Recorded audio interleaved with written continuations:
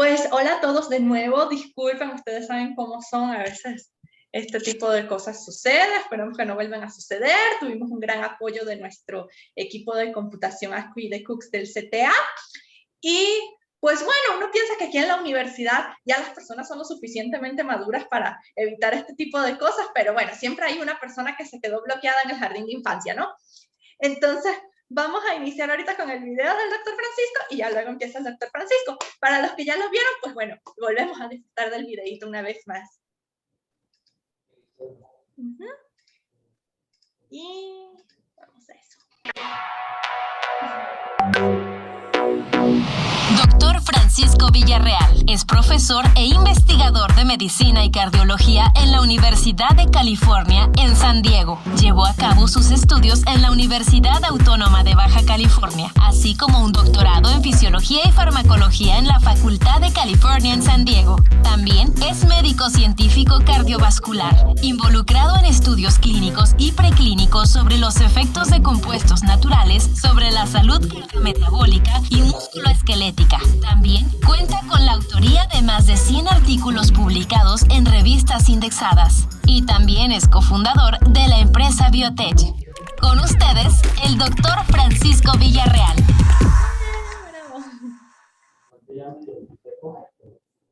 Pues bueno, aquí los dejo con el doctor. Perfecto, bienvenidos otra vez. Pues volvemos a empezar, no hay ningún problema por mi tiempo, así es que le dedicamos la hora que teníamos comprometidos. Como les mencionaba, he tenido la oportunidad de estar ahí en la Universidad de Guadalajara, tengo algunos colegas ahí. Es un gusto poder platicar con ustedes. Aquí estoy yo en mi oficina en la Universidad de California en San Diego, en La Joya. Como les había mencionado, desde que yo estaba joven tuve la oportunidad de aprender el inglés y creo que eso es esencial para este mundo moderno, poder hablar más. Yo nada más veo una sola pantalla. ¿Ya la quitaste? Y a la que contigo se veían 2 personas. Nada más necesitamos que los técnicos de la universidad ok, perfecto, ya está. Ok, entonces, desde que yo estaba joven, estaba en la preparatoria, tenía la idea de querer hacer una carrera en ciencias y bueno, pues ese fue mi enfoque.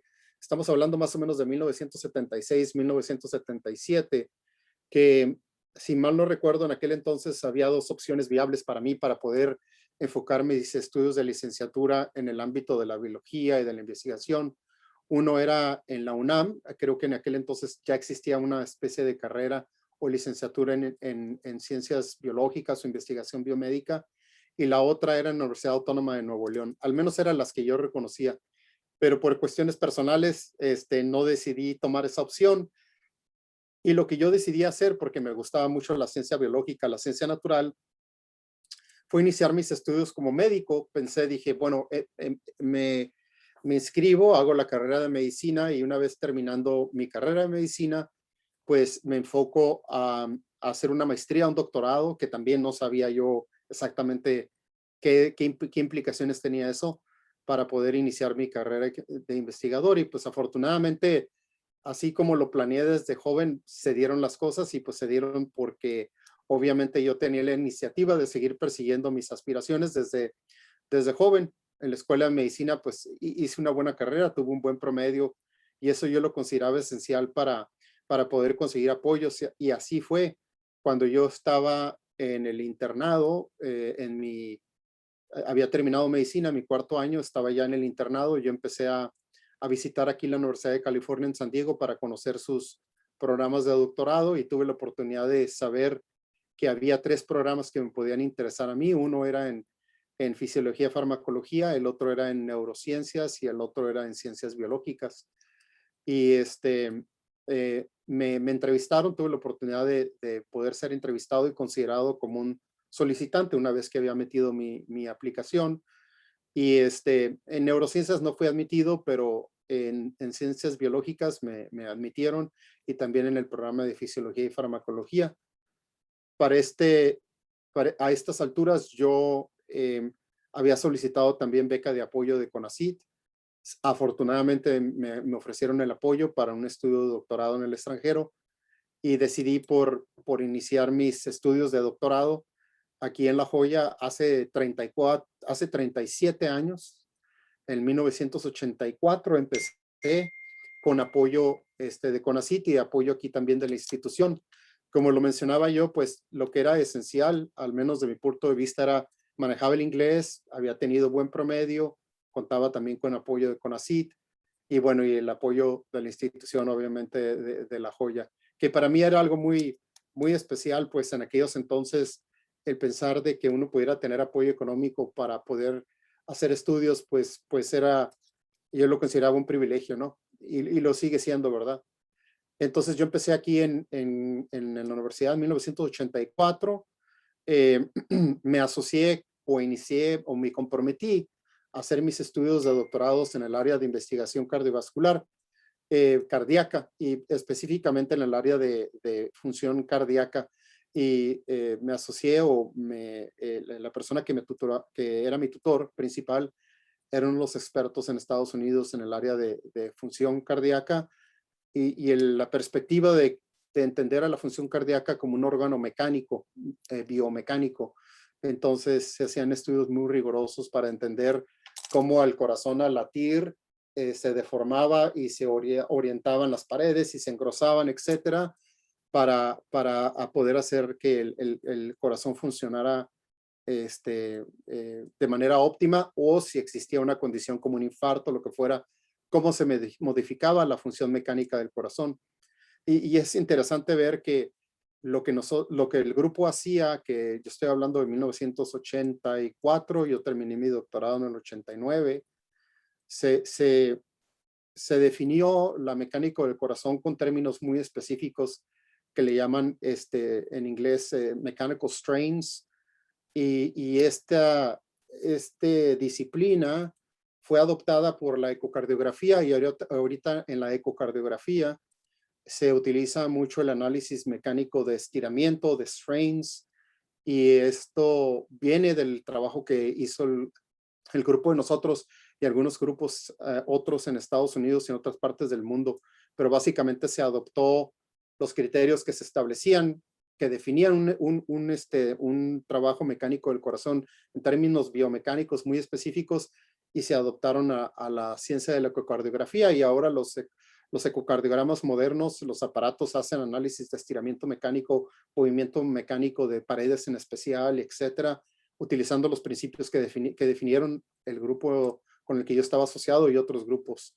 Eso fue algo interesante ver cómo se adoptó algo que en principio era más que todo mecánico, principios de ingeniería biomecánica, al ámbito de función cardíaca, que lo adoptó la ecocardiografía como uno de los parámetros que se utilizan mucho para ver específicamente áreas del corazón donde existen función normal o función alterada, ¿no? Entonces, eso fue muy interesante.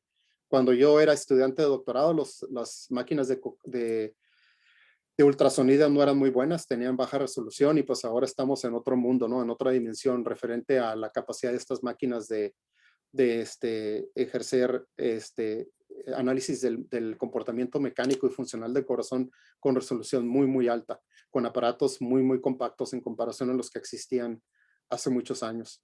Entonces mi formación fue, dijéramos, como fisiólogo de corazón. Estuve trabajando 5 años en el tema, logré publicar creo que 5 artículos bajo dentro del espectro del trabajo que se hizo sobre función normal del corazón y función alterada del corazón en contexto de daño cardíaco después de un infarto. Ese fue el área de trabajo. Para cuando yo estaba terminando mi doctorado, consideré opciones para un postdoctorado para seguir mi carrera de científico, y entonces me entrevisté acá en Reno, Nevada, en Houston, en Charleston, en Carolina del Sur, y también tuve una oferta de un profesor de aquí de UCSD que había recibido un apoyo nuevo para un trabajo de investigación sobre fibrosis cardíaca, y opté por quedarme en San Diego porque la oferta era muy buena y el apoyo era nuevo, etcétera. Me asocié, mi tutor en ese caso como profesor él era profesor de medicina, endocrinólogo, pero el doctor Wolfgang Dillman, que fue mi tutor o mi asesor, mi supervisor, yo iniciando el postdoctorado con él. mi laboratorio el laboratorio del doctor Dillman estaba acá en el centro de San Diego, no en el área de La Joya, sino donde está el hospital, uno de los hospitales de UCSD. Y quise reenfocar mi trabajo para poder utilizar técnicas de biología molecular para entender los procesos moleculares que daban lugar a la fibrosis cardíaca. En ese entonces, básicamente la biología molecular era relativamente nueva y las técnicas eran relativamente nuevas. Entonces empecé yo a trabajar con modelos más que todo de rata para inducir, por ejemplo, la hipertrofia del corazón y ver cómo se activaban los procesos que tenían que ver con la producción de colágeno en exceso para dar lugar a la fibrosis cardíaca. Tuve la muy buena fortuna, y eso empezó desde el doctorado y podemos decir hasta hoy, de asociarme con personas que genuinamente estaban interesados en ver que sus alumnos o sus asociados más jóvenes avanzaran en sus carreras y tuvieran éxito. Mi tutor como estudiante de doctorado, el doctor Jim Covell, fue me apoyó de una manera muy importante, y también otros de los profesores más jóvenes durante el doctorado. Ya cuando estaba en el doctorado, el doctor Wolfgang Dillman me siguió apoyando, y durante el postdoctorado él movió su laboratorio del centro de San Diego acá a La Joya y facilitó que yo me quedara con el laboratorio que él había tenido en el centro de San Diego para que fuera mi laboratorio. Entonces yo ya estaba empezando a independizarme a partir más o menos del segundo o tercer año de mi postdoctorado. Y lo que sí puedo decir que fue crítico también para yo poder independizarme es que yo empecé a escribir proyectos para apoyo, para tener mi propio apoyo, y logré mi primer apoyo como una beca de postdoctorado del American Heart en el segundo año, y luego empecé a tener apoyos a nivel de investigador joven a partir del tercer año. Entonces, dentro del hecho de que yo tenía ya apoyos generados por mí, por mi propia iniciativa, y que el doctor me estaba apoyando para yo poder empezar a independizarme, pues se dieron las condiciones para que yo entonces me iniciara la carrera como investigador asociado, como el nivel inicial, que eso fue más o menos 1992. Yo empecé mi postdoctorado en el 89, entonces 3 años más o menos tuve la posición académica como investigador asociado. No me acuerdo si a los 3, 4 años después recibí la promoción a profesor asistente, que es la categoría inicial como en el rango de profesor. Aquí es profesor asistente, profesor asociado y ya profesor completo. Así es como se mueve la escala académica, por decirlo así.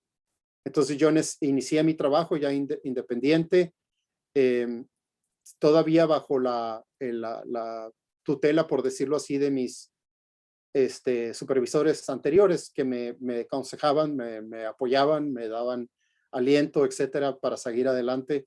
Y pues también inicié, como quien dice, mi carrera dura, porque es algo muy demandante de tener que estar solicitando apoyos para investigación constantemente. Y pues dentro de los que se daban, pues bien, que sería, no sé, 1 en 10, 1 en 5, ya no me acuerdo en aquel entonces. Y los que no se daban, pues aguantar la frustración y la decepción asociada a no ser apoyado, ¿no? De que los proyectos no se apoyaban. Pero bueno, seguí mi carrera como profesor asistente. El cambio de profesor asistente a profesor asociado es el cambio más crítico, porque se aplican criterios muy estrictos para que uno pase a la categoría de asociado. Tiene que ver con tener apoyos académicos, apoyos de investigación, apoyos económicos de investigación, y tener publicaciones, y que las publicaciones no sean dependientes de los tutores anteriores, porque se quiere demostrar independencia. Y también poder participar académicamente, ya sea dando clases o teniendo estudiantes de maestría, de doctorado. Y pues yo empecé dando clases desde que era estudiante de doctorado, ayudando al doctor Covell había en aquellos entonces laboratorios de animales para los estudiantes de medicina, y continué con eso hasta hace 2 años que ya no tenemos esta opción de los laboratorios. Entonces me involucraba dando clases, me involucraba también con estudiantes, porque ya era yo también miembro en aquel entonces como profesor asistente del programa de doctorado de farmacología y fisiología, que era en el que yo había participado. Entonces, al tiempo de la promoción académica, pues es un tiempo de un estrés muy alto, porque pues estamos teniendo que cumplir con publicaciones, que las publicaciones sean independientes, que los apoyos económicos se den y que uno también tenga prueba de involucramiento académico a nivel de estudiantes, etcétera, ¿no? Entonces es un tiempo muy demandante y muy estresante. Pero logré a que superar que se me otorgara la promoción a profesor asociado, y seguí con mi trabajo en el laboratorio en el centro de San Diego a sería 10 años en total, hasta que logré mover mi laboratorio acá a La Joya, donde está el campus principal, que es aquí donde está mi laboratorio ahorita. Tenemos yo tengo básicamente 3 laboratorios ahorita, y les comentaré sobre mis laboratorios. Seguí sobre el tema de la remodelación cardíaca, la fibrosis cardíaca, modelos de rata principalmente. Empezamos a utilizar en algunos casos modelos de ratón, y las publicaciones se daban, los resultados se daban, los apoyos difíciles, pero se daban, había algo de continuidad. También yo logré tener apoyos de categoría de profesor joven, que son un poco menos duros de conseguir, y esos venían del NIH, venían del American Heart, venían del programa de investigación en temas de tabaco de California. Entonces hubo oportunidad de seguir trabajando. Desde estos tiempos, desde que yo estaba como postdoctor y luego como profesor, investigador asociado, profesor asistente, logré involucrarme en la educación o el entrenamiento de personas jóvenes, ya sea estudiantes de licenciatura, estudiantes de maestría, estudiantes de doctorado. Y desde entonces, ya no me acuerdo en específico de cuándo, pero buscaba yo también que si había personas de México, de Tijuana o de la Ciudad de México, lo que fuera, que quisieran participar con nosotros de una u otra manera, estudiantes de medicina de la UABC, pues que tuvieran la oportunidad de accesar a mi laboratorio, o yo referirlos con algunos colegas que también le daban la bienvenida a aquellas personas que demostraban interés en participar en trabajo de investigación. Y también aquí en Ensenada, pues cerca hay institutos muy buenos de investigación. El CICESE, la UNAM tiene institutos donde siempre estaban produciendo pues personas de alta calidad, ¿no? Desde estudiantes de licenciatura, maestría, etcétera, ¿no? Entonces hubo la oportunidad de integrar al equipo de trabajo gente joven desde el principio. Y algo que lo puedo decir con mucho orgullo, no solo yo, porque lo podemos decir muchos en el campus de UCSD, es que yo no puedo recordar de algún estudiante que se haya involucrado conmigo o con algunos de mis asociados que conozco y que no le haya ido muy bien. O sea, literalmente muy bien. Si los estudiantes buscaban, porque en Estados Unidos primero se tiene que hacer una licenciatura y luego se pasa a medicina. Igual los estudiantes tienen que hacer licenciatura y luego se hace carrera en farmacia. Entonces los estudiantes primero, como lo menciono, tienen que tener una educación en ciencias biológicas o fisiología, lo que fuera, y luego solicitan admisión a medicina. Los que querían ir a medicina, entraron a medicina. Los que querían entrar a farmacia, entraron a farmacia. Los que ya venían con doctorados y querían seguir en la investigación, seguían en la investigación y les iba muy bien. Y una de las personas con las que yo participé en su entrenamiento, yo era cotutor de ella. Estábamos todavía en el centro de San Diego. El trabajo, ella estuvo con nosotros en 1991, 92, 93, por ahí. Yo hacía cotutoría de ella con otro profesor de ingeniería. Ella pues es una de las vicepresidentes de Genentech en San Francisco. Entonces, pues, ¿qué les puedo decir? Ella como vicepresidente de Genentech, pues es una persona que ha escalado la carrera administrativa, por decirlo así, asociada a la ciencia de una manera muy impresionante. Y pues estamos hablando de una persona que por su posición, entre comillas, económicamente, está pero muy, muy, muy bien remunerada, muy por arriba de lo que algún profesor en Estados Unidos pudiera lograr, ¿no? Porque pues, son posiciones muy altas en compañías muy grandes y muy prestigiosas, con mucho éxito. Otra de las personas que entrenaron conmigo, empezamos en el centro de San Diego y luego pasó acá cuando nos movimos a La Joya. Él es latino, Ricardo García. Él es uno de los jefes del grupo de investigación cardíaca y fibrosis para Bristol Myers Squibb, que es una de las compañías farmacéuticas más grandes del mundo, etcétera, etcétera. Entonces, lo que se ha dado, claramente, yo soy un escalón de los múltiples escalones que estas personas utilizan para mover su carrera, ya sea porque estuvieron conmigo como estudiantes de licenciatura, estudiantes de maestría, estudiantes de doctorado, estudiantes de medicina, postdoctorados, etcétera.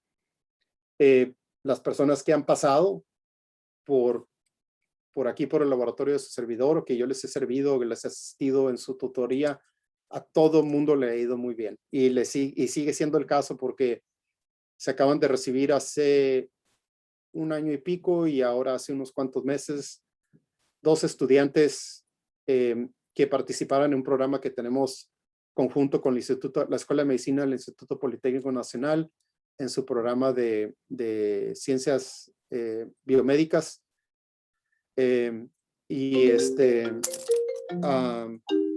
Disculpen. Ciencias biomédicas. Estos estudiantes, los dos son mexicanos, uno de Tijuana y la otra estudiante es de Mexicali.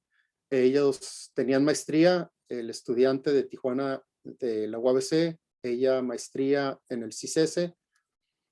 Se integraron al programa de doctorado del IPN. El trabajo básicamente lo hicieron acá con nosotros.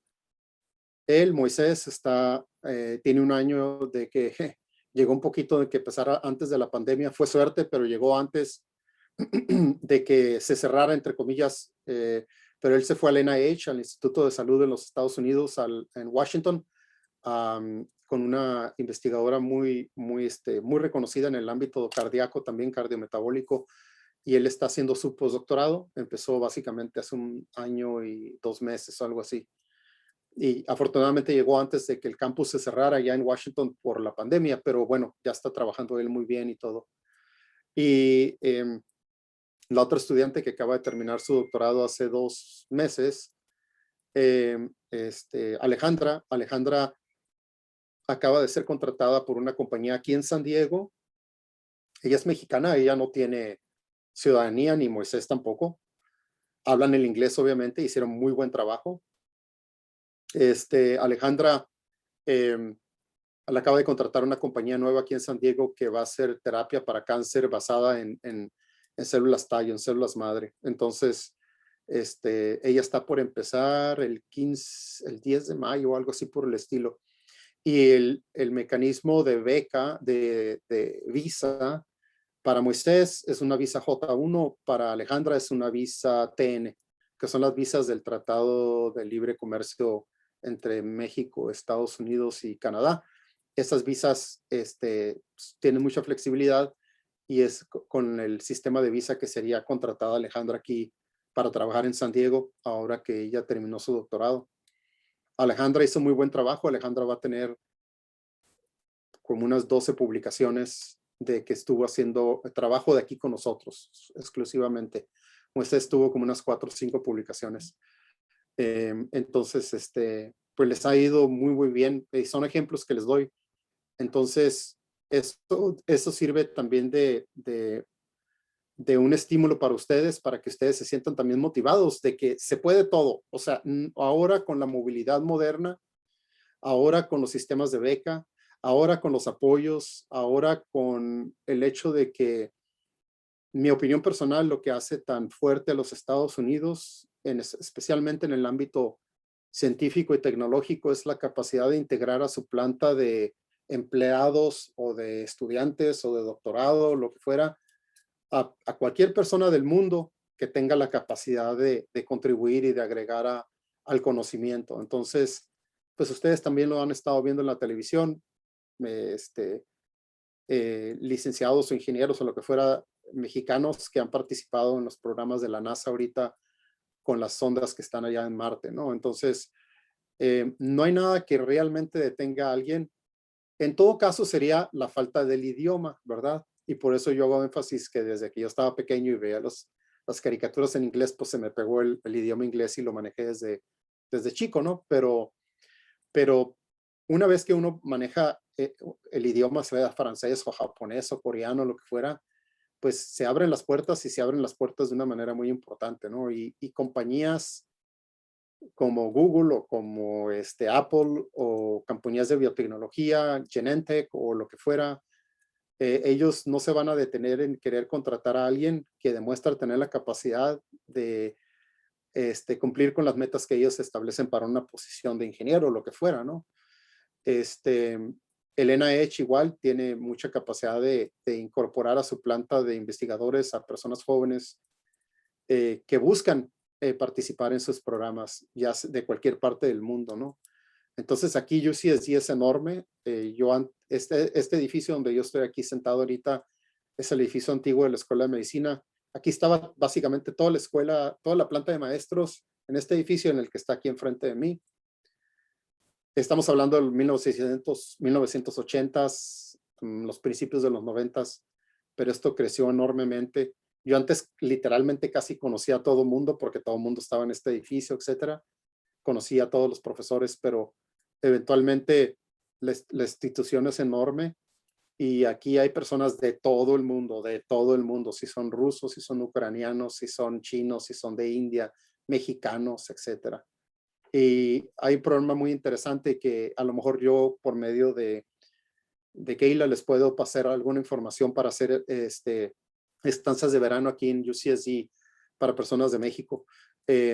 Ahorita por la pandemia pues se cerró y entonces ahorita la cuestión es por Zoom y eso no necesariamente pues es muy práctico, ¿no? Pero siguiendo un poco con lo de mi carrera, en el 2008 yo acudí a un congreso de medicina cardiovascular y me topé con uno de los seminarios que decía efectos protectores del corazón o del aparato, el sistema cardiovascular con productos naturales. Me senté, entré al simposio, me senté y empecé a ver las presentaciones que estaban dando los investigadores y me pareció muy clara la evidencia de que algunos productos naturales tenían la propiedad de poder proteger el sistema cardiovascular. Regresé de ese congreso, me puse a leer y me topé casualmente con la literatura que tenía que ver con los efectos saludables del chocolate, del cacao, ¿no? Bueno, hablamos de cacao cuando estamos hablando de la poda del cacao, de donde viene el chocolate, o cocoa, pues es el polvo de chocolate, ¿no? Y la evidencia sugería que había ahí efectos bastante claros para proteger el sistema cardiovascular. Y pues de manera también fortuita me doy cuenta, pues ya lo sabía, pero obviamente el hecho de que pues el cacao viene de México, entre comillas. O sea, el cacao se consumía por los indios mesoamericanos y centroamericanos desde se calcula no menos de 5,000 años o 6,000 años, que los olmecas, que los toltecas, que los aztecas. Yo no sé todas las tribus que van hasta hace miles de años, los mayas. Había mucho cacao en América del Sur, pero no se consumía. No lo consumían los indios. Los indios que lo consumían eran los indios de México, los indígenas de México y los de Centroamérica. Ahí es donde está toda la evidencia.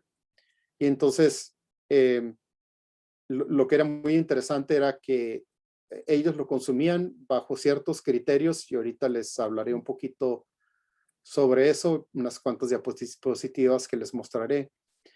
pero había más porque sabíamos que ellos veneraban el cacao, el chocolate, los indígenas aquí de México lo veneraban, lo utilizaban como moneda. Eso también da una idea del valor que le daban a esto. Pero ellos también en los códices que lograron sobrevivir la conquista del país, se describía también el uso del cacao como medicamento, como medicina para tratar enfermos, y eso lo describían los códices de los indígenas, no sé si fueran mayas o aztecas o lo que fuera, ¿no? Y también lo utilizaban como,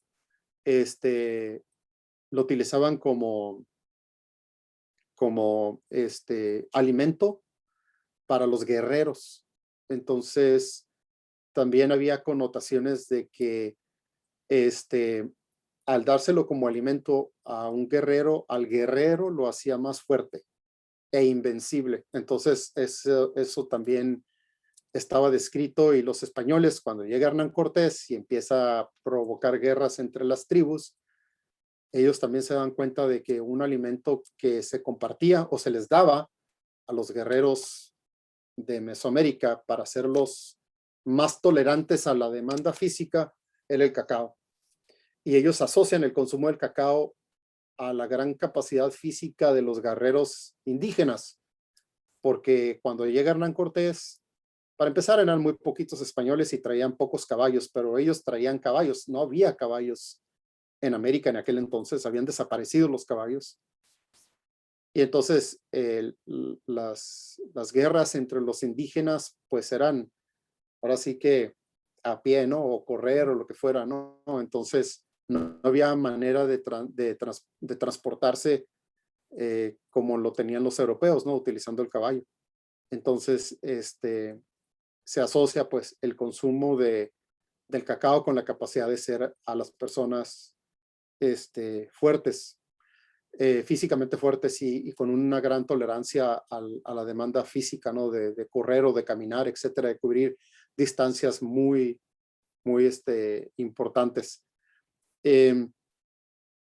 Entonces yo también leyendo la literatura me di cuenta de que había un componente del cacao que se llama epicatequina, que parecía ser el responsable de los efectos biológicos del cacao, y tomé la epicatequina como tal pura, la puede comprar uno en Sigma Chemicals, la venden pura, y propuse a mi grupo de estudiantes, aquí mi grupo de investigación, hacer un primer estudio donde infartábamos a las ratas les infartábamos, les ocluíamos la arteria coronaria y se creaba un infarto, y teníamos un grupo control donde no les dábamos el compuesto, nada más les dábamos agua, y el otro grupo que era la epicatequina disuelta en agua. Y desde el primer estudio que empezamos, que es algo muy raro en la investigación, pero yo adapto un estudio, lo implemento y los resultados son positivos, en el sentido de que había un decremento del tamaño del infarto de más o menos el 50% de los animales tratados con epicatequina. Y para todos ustedes, o aquellos que han tenido oportunidad de hacer investigación, se darán cuenta que es extremadamente raro concebir un primer experimento de algo que no conoces, no manejas, lo implementas y el resultado es positivo. Siempre hay circunstancias o hay factores que tiene uno que modificar o ajustar para que las cosas funcionen. No, aquí funcionó. Ese artículo lo publicamos en el 2008, 2009, 2010, 2008, 9, 10 por ahí. Fue el primer artículo que publicamos utilizando el compuesto puro. El segundo estudio, que era un infarto mucho más severo, también protegió. Lo publicamos y pues ahorita creo que ya vamos como en 60 publicaciones que abarcan el tema desde el uso de la epicatequina como tal a estudios clínicos en humanos, donde hemos utilizado ya sea el chocolate oscuro, el chocolate amargo, que es el que tiene epicatequina, cacao amargo, el chocolate oscuro amargo, o la cocoa no modificada, que también contiene epicatequina. Entonces, hemos publicado estudios que van desde utilizar el compuesto puro, modificar químicamente el compuesto puro, haciendo síntesis químicas, etcétera, y dando ese tipo de compuestos a células en cultivo, etcétera. Entonces vamos desde la química, también hacemos simulaciones en computadora con el compuesto para ver cómo se encajan con algunos posibles receptores. Entonces decía yo, cultivo celular, estudios en ratones, estudios en ratas, pasándonos a estudios en humanos, porque hemos logrado transferir mucho del conocimiento que hemos obtenido en los estudios que utilizamos. Por ejemplo, utilizamos ratones con distrofia muscular muy severa. Los ratones mueren como al tercer mes si no son tratados de alguna manera.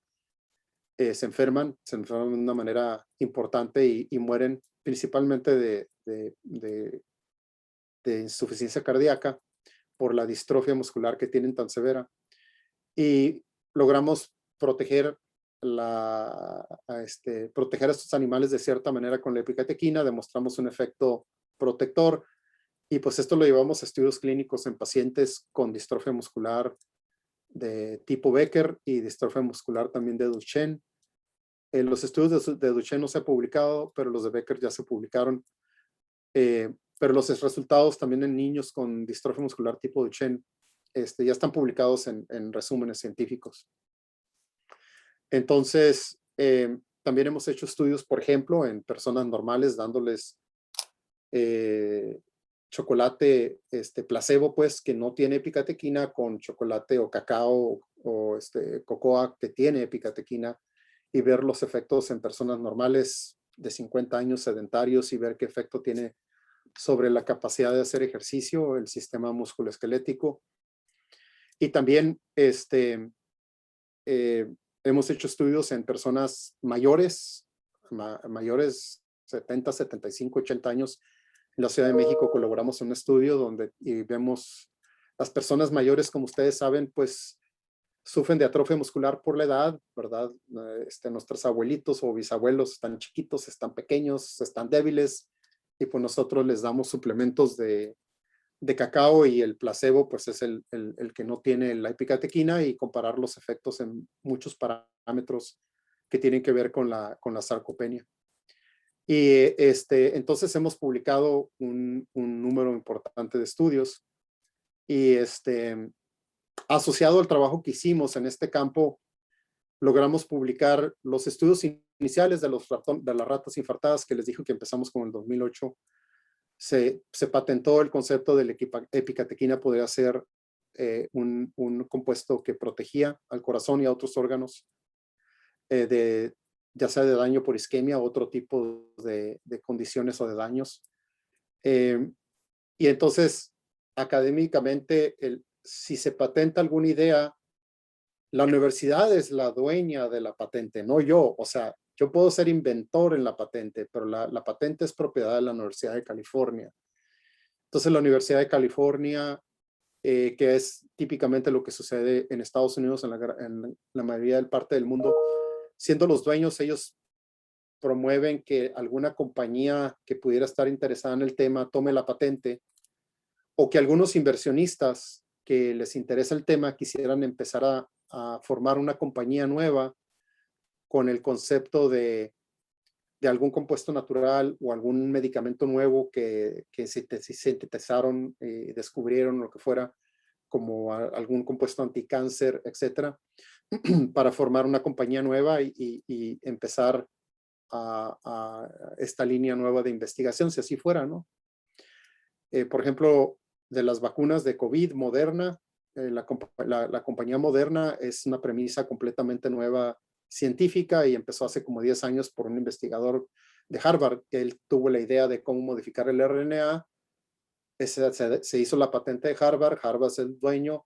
Él inició junto con otras personas en la compañía, y ahí fue como se formó Moderna, ¿no? Que ahora tiene el primer producto comercial que tiene Moderna, que es la vacuna de RNA contra COVID, ¿no? Entonces, del trabajo que nosotros hicimos con la epicatequina, eventualmente se formó una compañía más o menos como en 2009, 2010. Se batallaron varios años para conseguir un financiamiento más sólido, pero eso se consiguió lograr hace como unos 3 años, y la compañía se llama Epirium. Originalmente era Cardero y ahora se llama Epirium, y Epirium aquí está en San Diego, y Epirium está haciendo estudios clínicos en pacientes con distrofia muscular tipo Becker, y están también diseñando estudios clínicos para hacer estudios en pacientes con distrofia en tipo Duchenne, y a lo mejor también algunos estudios en pacientes con enfermedades mitocondriales. Entonces, del trabajo derivado que hicimos nosotros, yo aparezco como uno de los cofundadores iniciales de la compañía. Yo no trabajo con la compañía. La patente, las patentes que ha generado la compañía son propiedad de la compañía, si es trabajo de la compañía. Yo, mi papel ahorita con la compañía es, ok, soy uno de los fundadores. Ellos me contratan a veces para consultoría. Al hecho de que soy cofundador quiere decir que yo tengo acciones en la compañía, porque originalmente cuando la compañía se formó, pues uno obtiene acciones en la compañía, pero cuando vienen los inversionistas fuertes, pues las acciones se diluyen, se utiliza el término de dilución. Y también estoy asociado con otra compañía que se formó bajo la premisa de utilizar algunos otros productos del cacao, con el doctor Guillermo Ceballos en la Ciudad de México. Y esta es otra compañía que tenemos en México, tratando de utilizar productos derivados del cacao para la promoción de efectos saludables.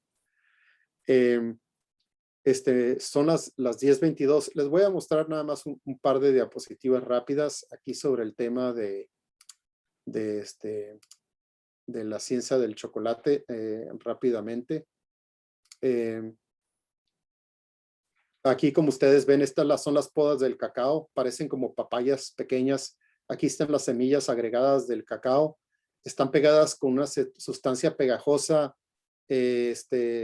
muy agradable. Si uno toma una de las almendras del cacao, les digo yo almendras porque parecen almendras, y se las pone uno en la boca, esta sustancia blanca es muy agradable. Es una pulpa dulce. Pero aquí están ya las semillas del cacao. Cuando se secan, se dejan secar en el sol, empiezan a fermentar solitas y luego se tuestan en el comal.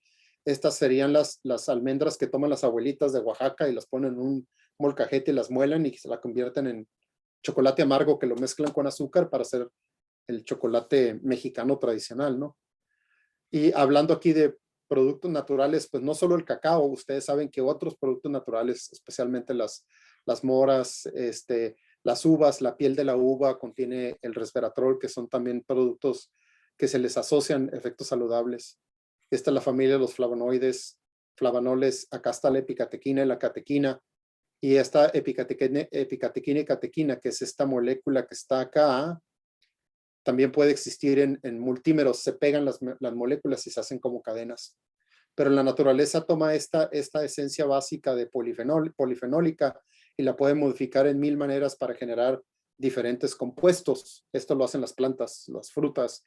Y pues en el cacao, la epicatequina y catequina son los más abundantes de manera importante. Y entonces aquí el cacao en Mesoamérica, y aquí son estatuas que puede ver uno, por ejemplo, en el Museo de Antropología.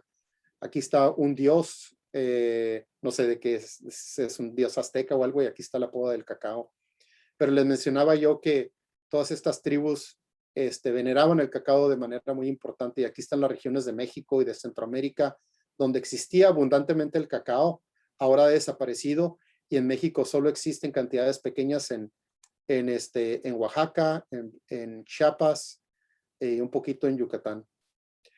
Y el nombre del árbol del cacao es teobroma. Teobroma quiere decir alimento de Dios.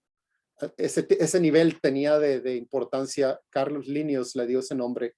Decían que el cacao era básicamente el alimento de los dioses. Y aquí hablo un poco yo de lo que les decía, ¿no? Si toman para hacer 1 kilogramo de chocolate amargo, que el chocolate abuelita y barra para hacer chocolate caliente, más o menos 300 a 600 almendras. Entonces se lavan, se secan, se fermentan y luego se muelen y se convierten en lo que es el licor de cacao agregado con azúcar. De ahí hacemos el chocolate tradicional. Y bueno, cuando llega Hernán Cortés, básicamente hace 500 años, y conoce a Moctezuma, al emperador de los aztecas, él se da cuenta que Moctezuma tomaba de una copa de oro sólido todos los días la bebida del chocolatl, que era la manera que ellos hacían el chocolate, que estaba basado en agua, y le agregaban vainilla y miel, y luego lo mezclaban y hacía espuma. Y Moctezuma y su corte, todos sus asistentes lo tomaban también, porque la gente común no consumía cacao, no existía para consumo común. Y pues uno puede encontrar un montón de figuras. Aquí está un guerrero maya, y acá están las podas del cacao saliéndole del pecho y de los músculos, donde ellos decían que si uno consumía cacao, lo hacía uno fuerte e invencible. Y aquí está, se supone que es Quetzalcóatl se está casando y está celebrando con su casamiento con otra diosa, y en las celebraciones con una copa de chocolate. Aquí está la espuma. Y aquí también donde digo yo que los beneficios saludables se reconocían por los indios y se daba como medicamento para tratar enfermedades reconocidas por ellos. Y curiosamente hay un grupo de indios que viven en la actualidad, son los indios Kuna, y los indios viven en unas islas que están aquí afuera de Panamá. Ellos consumen de manera regular una bebida que ellos hacen de cacao, la consumen todos los días, y tienen unos índices de enfermedad cardiovascular y de cáncer y diabetes muy, muy, muy por abajo que el mundo moderno. Claro, viven en islas muy paradisíacas, consumen pescado y todo, pero estos índices de enfermedades en ellos son tan bajos que son difíciles de explicar simplemente por el hecho de que viven en una isla. Y bueno, ya nada más para terminar aquí con esta presentación y dar lugar a un poco de tiempo a las preguntas. El efecto más principal que hemos nosotros descrito de manera muy detallada en el trabajo que hemos hecho es que la epicatequina tiene la manera de estimular a la mitocondria en cualquier órgano, en cualquier tejido, de que produzca más ATP de una manera muy saludable. De cierta manera, la epicatequina como que simula el ejercicio. Todos sabemos que si nosotros hacemos ejercicio, nos hacemos más fuertes y más saludables, por decirlo así. Y obviamente el condicionar a nuestros músculos, a nuestro corazón, a que trabajen mejor, a los vasos sanguíneos, tiene que ver con que hay más mitocondria. O sea, eso es claro. Si uno hace ejercicio, hay más mitocondria en los músculos, en el corazón, en los vasos sanguíneos, etc. Y en consecuencia hay más producción de ATP. Y entonces, muchas de las enfermedades modernas,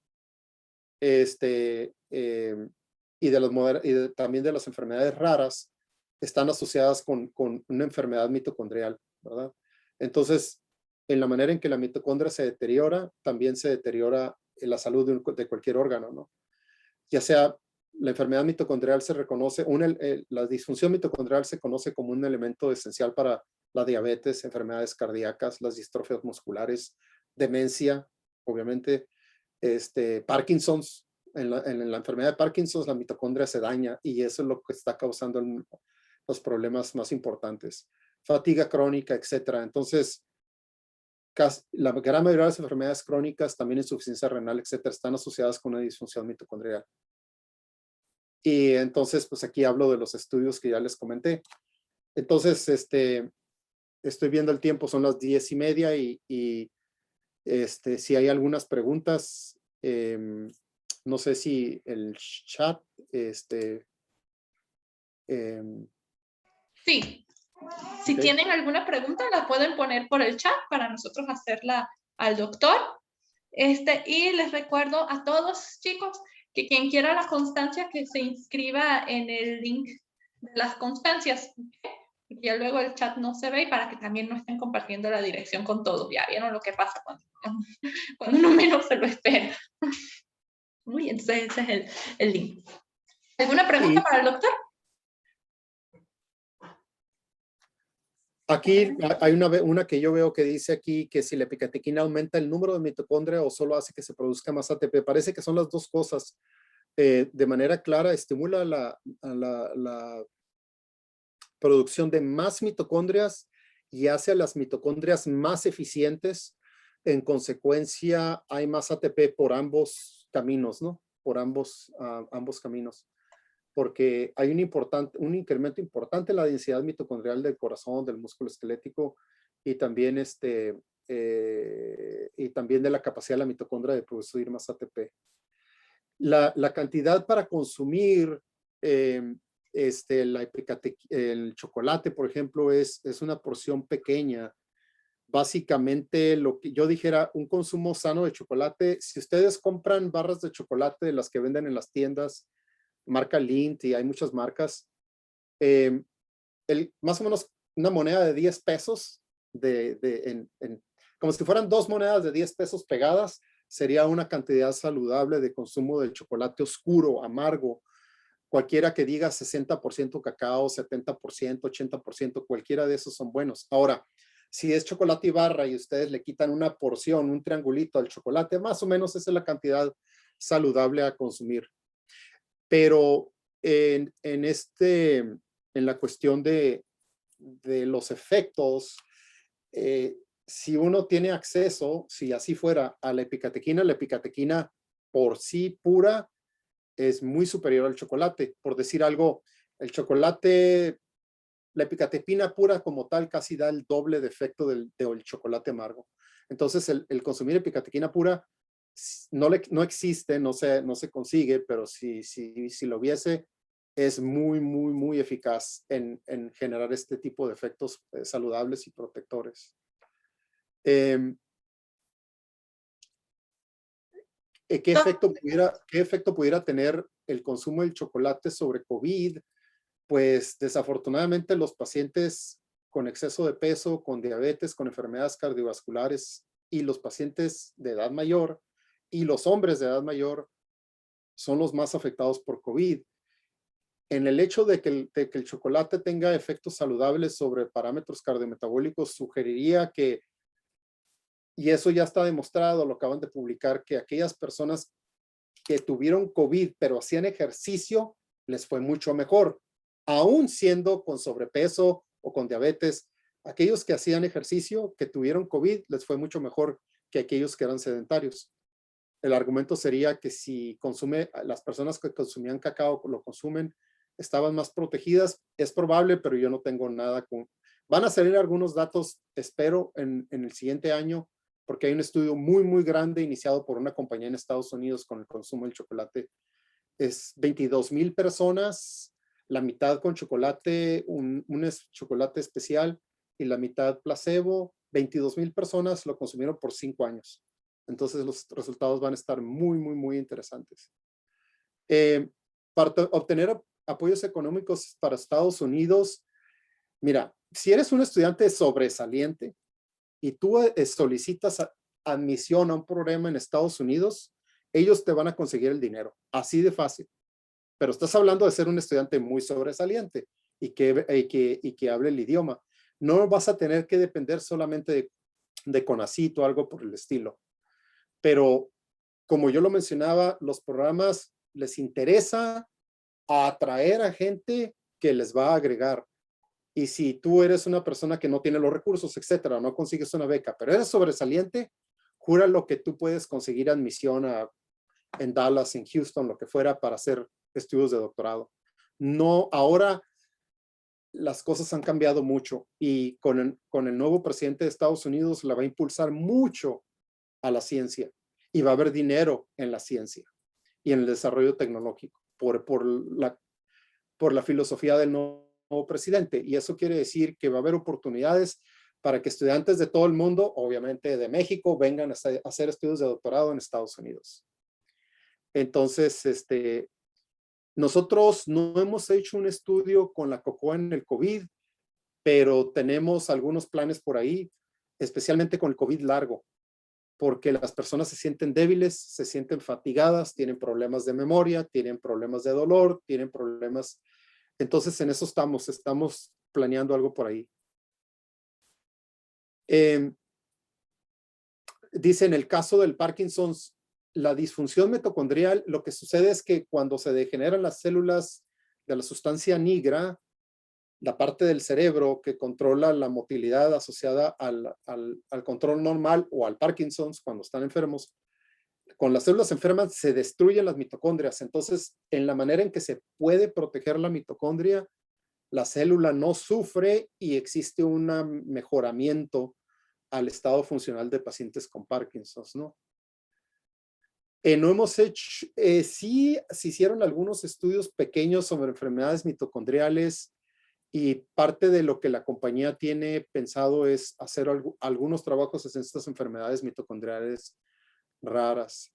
¿Existe algún medicamento o producto con concentrado de picatequina? No, pero en Estados Unidos se vende un producto que se llama Cocoavia y es el que les menciono que se hizo un estudio con 22,000 personas en Estados Unidos, 11,000 en placebo, 11,000 con Cocoavia por 5 años.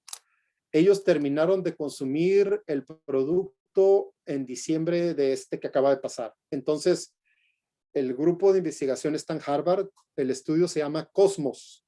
Si ustedes hacen un Google y le ponen Cosmos, Harvard, van a sacar ahí el estudio clínico y les aseguro que ellos van a sacar probablemente no menos de 30 artículos en los siguientes años de todo lo que ustedes gusten y manden porque los datos de seguro van a ser muy impresionantes. En el caso del COVID, que se ayuda a consumir cacao oscuro, definitivamente yo no lo dudaría y hemos estado recomendando a personas que conocemos que sufren del COVID, COVID largo, de que tengan un consumo saludable de chocolate amargo de cacao. Pero nunca va a ser tan bueno como la epicatequina. Yo hubo un caso de un médico aquí en Tijuana que tiene COVID largo. Sus probabilidades de sobrevivir fueron como 1%.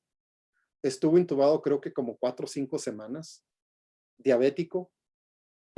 Logró salir adelante. Tenía una escara en la región sacra de 20 por no sé cuántos centímetros. De este tamaño era su úlcera en la espalda. Esta persona logró sobrevivir. Una vez pusieron un anuncio en el periódico de que pues si alguien podía ayudarles con los gastos porque estaban terribles los gastos, como ustedes se han de imaginar. Yo no contribuí económicamente, pero les compré 3 cajas de Cocoavia y se las llevé a su hija, se las dimos en Tijuana. Y ahora le pasé otras cápsulas que otras que estamos manejando nosotros y vi al doctor por primera vez, lo vi hace como 3 semanas y le entregué a él personalmente y a su hija unas botellas de cápsulas. Que si existe alguna posibilidad sobre los indios Kuna se ve afectada por la diferencia o por el aislamiento genético. El doctor Hollenberg, ahí se mostró rápidamente una foto de él, pensaba que los indios Kuna no tienen hipertensión, 0 hipertensión. Y el doctor Hollenberg, un investigador de Harvard, postulaba que el aislamiento genético de los Kuna y su genética era responsable de que no tenían hipertensión. Y resulta que el doctor Hollenberg logró descubrir que ellos no tienen hipertensión porque consumen cacao. Y si les quitan el cacao, su presión arterial sube. Entonces, por eso, en la medida en que nosotros reducimos la tensión arterial, si nosotros en todo el mundo diéramos cacao o algún otro producto que reduce la tensión arterial 10 milímetros de mercurio, bajaban los niveles de accidente vascular cerebral, de infarto, de un montón de problemas de una manera muy dramática. El simple hecho de reducir la tensión arterial va a dar lugar a efectos muy dramáticos en la salud humana. Experiencia en demencia mental, en eso estamos, pero los datos son muy buenos. En personas normales, donde se da el suplemento del cacao y se hacen pruebas de memoria y pruebas de atención, y ahora son bien fáciles de hacer con celulares y con tabletas, pum, pum, pum. Uno hace la evaluación antes y después del consumo de 1 mes o de 2 meses o de 3 meses de cacao. Los resultados son muy, muy buenos. En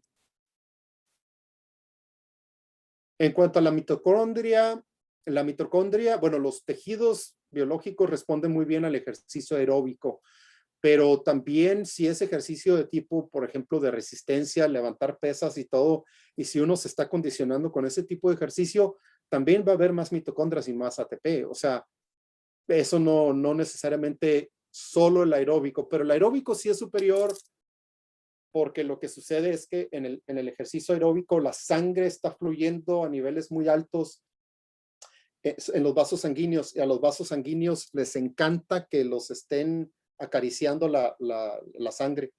Entonces, el condicionamiento con el ejercicio aeróbico es, por ejemplo, más mitocondria, pero también la función muscular está muy, muy, muy mejorada. Cuando uno corre, etcétera, hace ejercicio aeróbico, hay un condicionamiento vascular también muy sano y muy bueno. En cuanto a restricción, en cuanto a edad, no, definitivamente mis padres, mi papá ya falleció, pero mis padres han consumido cocoavía no menos de 10 años y yo también lo consumía. Ahora consumo otro producto, pero hay muchas personas, mi suegra, mi esposa, etcétera, que consumimos productos derivados del cacao y pues mis padres no tienen ninguna deficiencia mental, cero.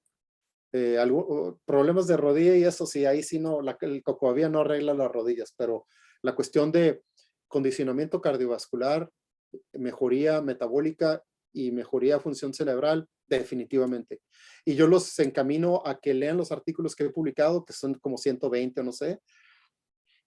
Un número importante tiene que ver con la descripción de los efectos sanos los efectos sanos en una serie de condiciones, enfermedades, etc. Para la depresión, muy buena, especialmente en las mujeres.